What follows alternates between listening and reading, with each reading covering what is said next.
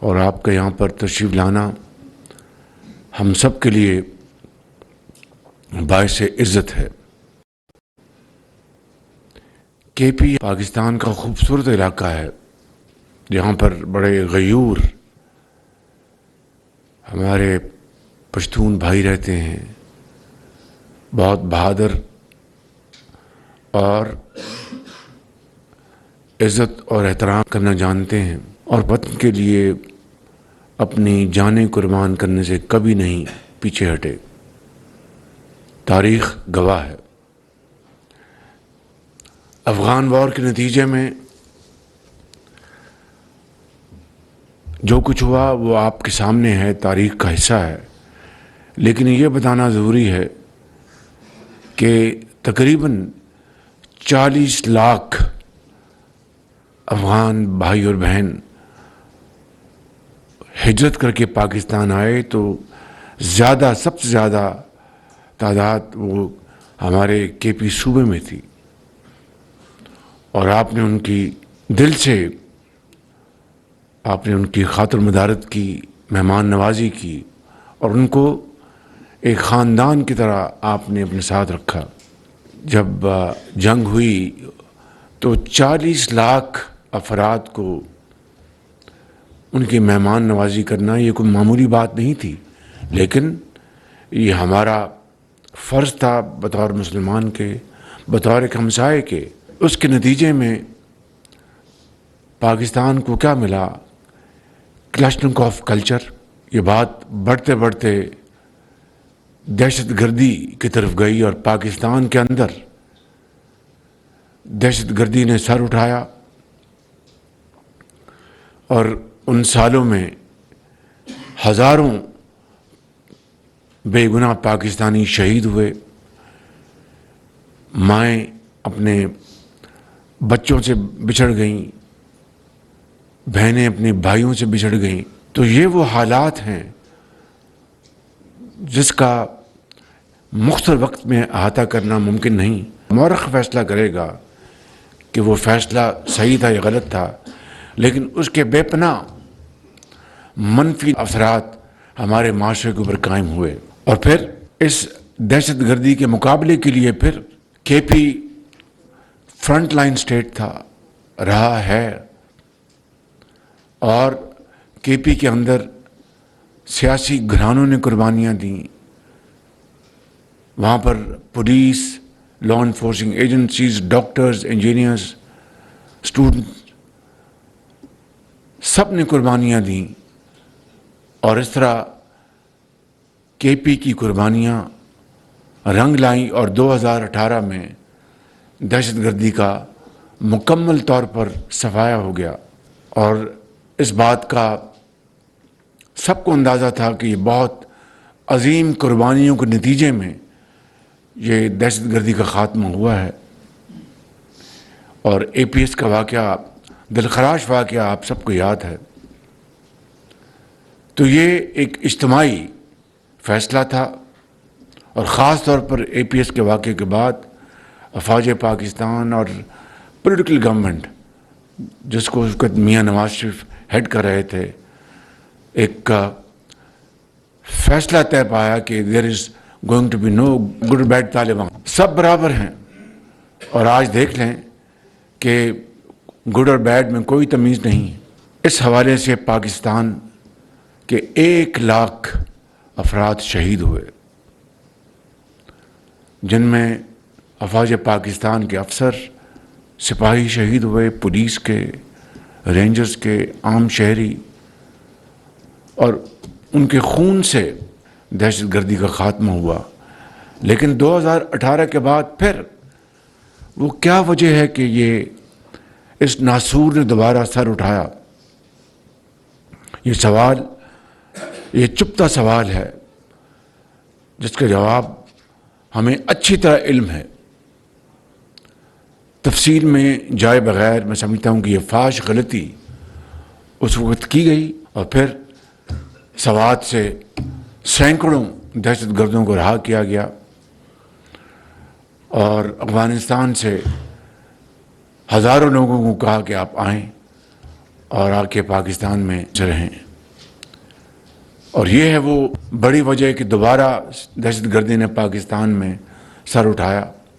اور آج جب میں آپ سے مخاطب ہوں بلوچستان میں، کے پی میں خصوصی طور پر، اور پاکستان کے دوسرے علاقوں میں عمومی طور پر، دہشت گردی نے دوبارہ اس ملک کی ترقی اور خوشحالی کے اوپر ایک شدید وار کیا ہے. اور ہر روز کہیں نہ کہیں کوئی نہ کوئی دہشت گردی کا واقعہ ہوتا ہے جس میں کسی ماں کا ایک دلیر بیٹا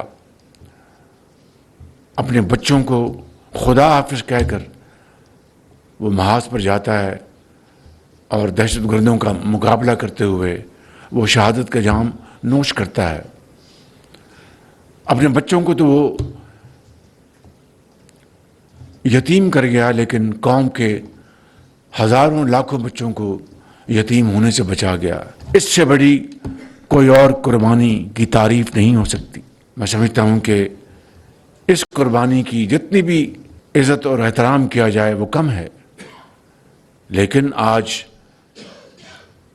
مقام افسوس ہے، دل خون کے آنسو روتا ہے کہ جب آپ دیکھتے ہیں کہ سوشل میڈیا کے اوپر کس طرح زہر اگلا جاتا ہے، کس طرح ان شہیدوں کو ڈیفیم کرنے کی ایک انتہائی ناپاک کوشش کی جاتی ہے، اور سرحد پار جو پاکستان کے دشمن ہیں ان کی آواز سے آواز ملا کر پاکستان کے خلاف زہر اگلا جاتا ہے.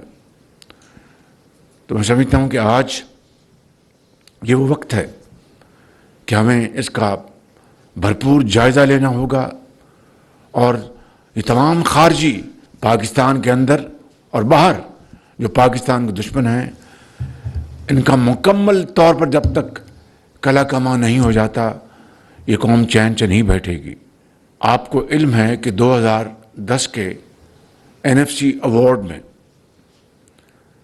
چاروں صوبوں نے خوش دلی کے ساتھ، اور اس میں پنجاب نے لیڈ لی کہ کے پی قربانیاں دے رہا ہے دن رات، لہٰذا NFC ایوارڈ میں یعنی صوبوں کی جو ان کا حصہ ہے اس کی تقسیم سے پہلے 1% گراس وہ کے پی کو جو وسائل ہیں ان کو دینے کا فیصلہ کیا گیا. 1%. یہ 2010 میں ایوارڈ سائن ہوا چاروں صوبوں کے درمیان، اور آج 2026 ہے، اور آپ اندازہ کر لیجئے کہ اس بات کو اب 15 سال سے زائد گزر چکے ہیں، اور مجموعی جو رقم ہے وہ تقریباً 800 ارب روپے بنتی ہے، جو کہ دہشت گردی سے نپٹنے کے لیے کے پی میں جو کیپیسٹی بلڈنگ تھی اس کے لیے چاروں صوبوں نے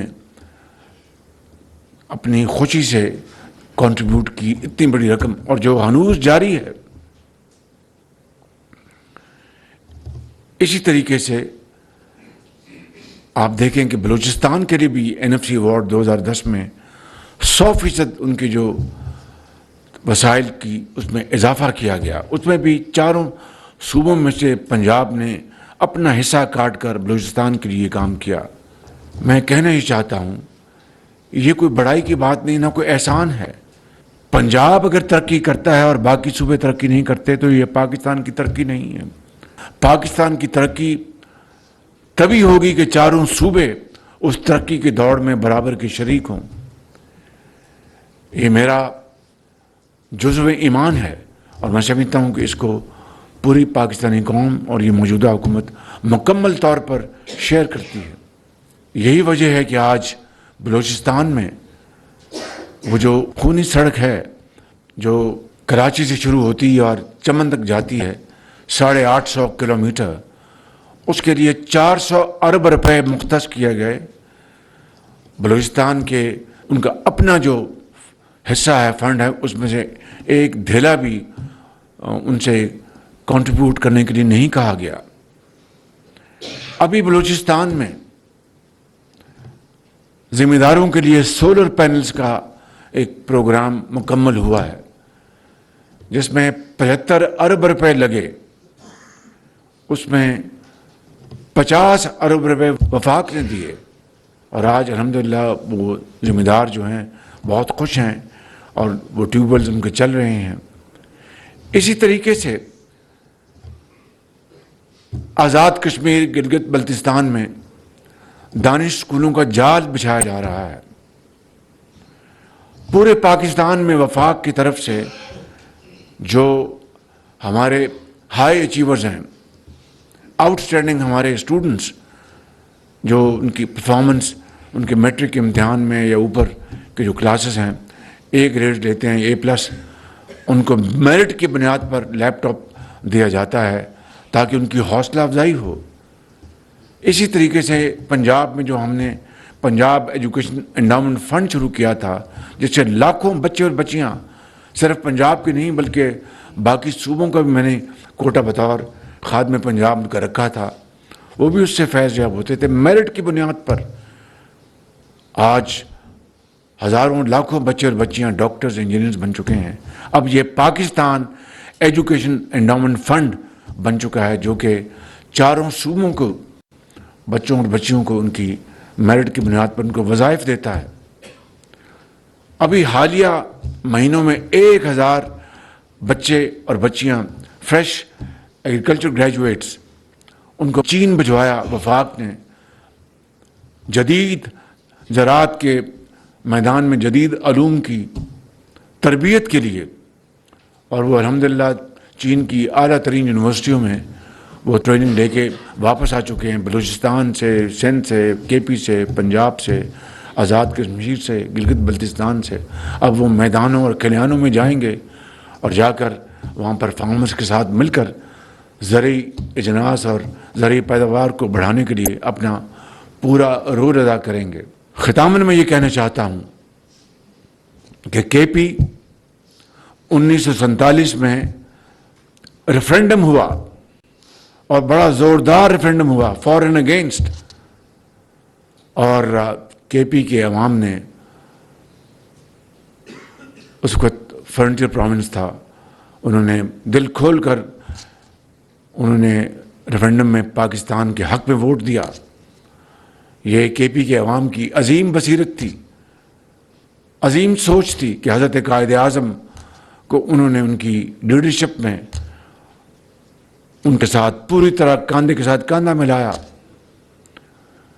اور جب 1971 کی جنگ ہوئی تو KP کے عوام نے والنٹریلی افغانستان کے ساتھ ٹرانزٹ ٹریڈ بند کر دی کہ کہیں ایسا نہ ہو کہ افغانستان چپکے سے ہندوستان کی مدد نہ کر رہا ہو۔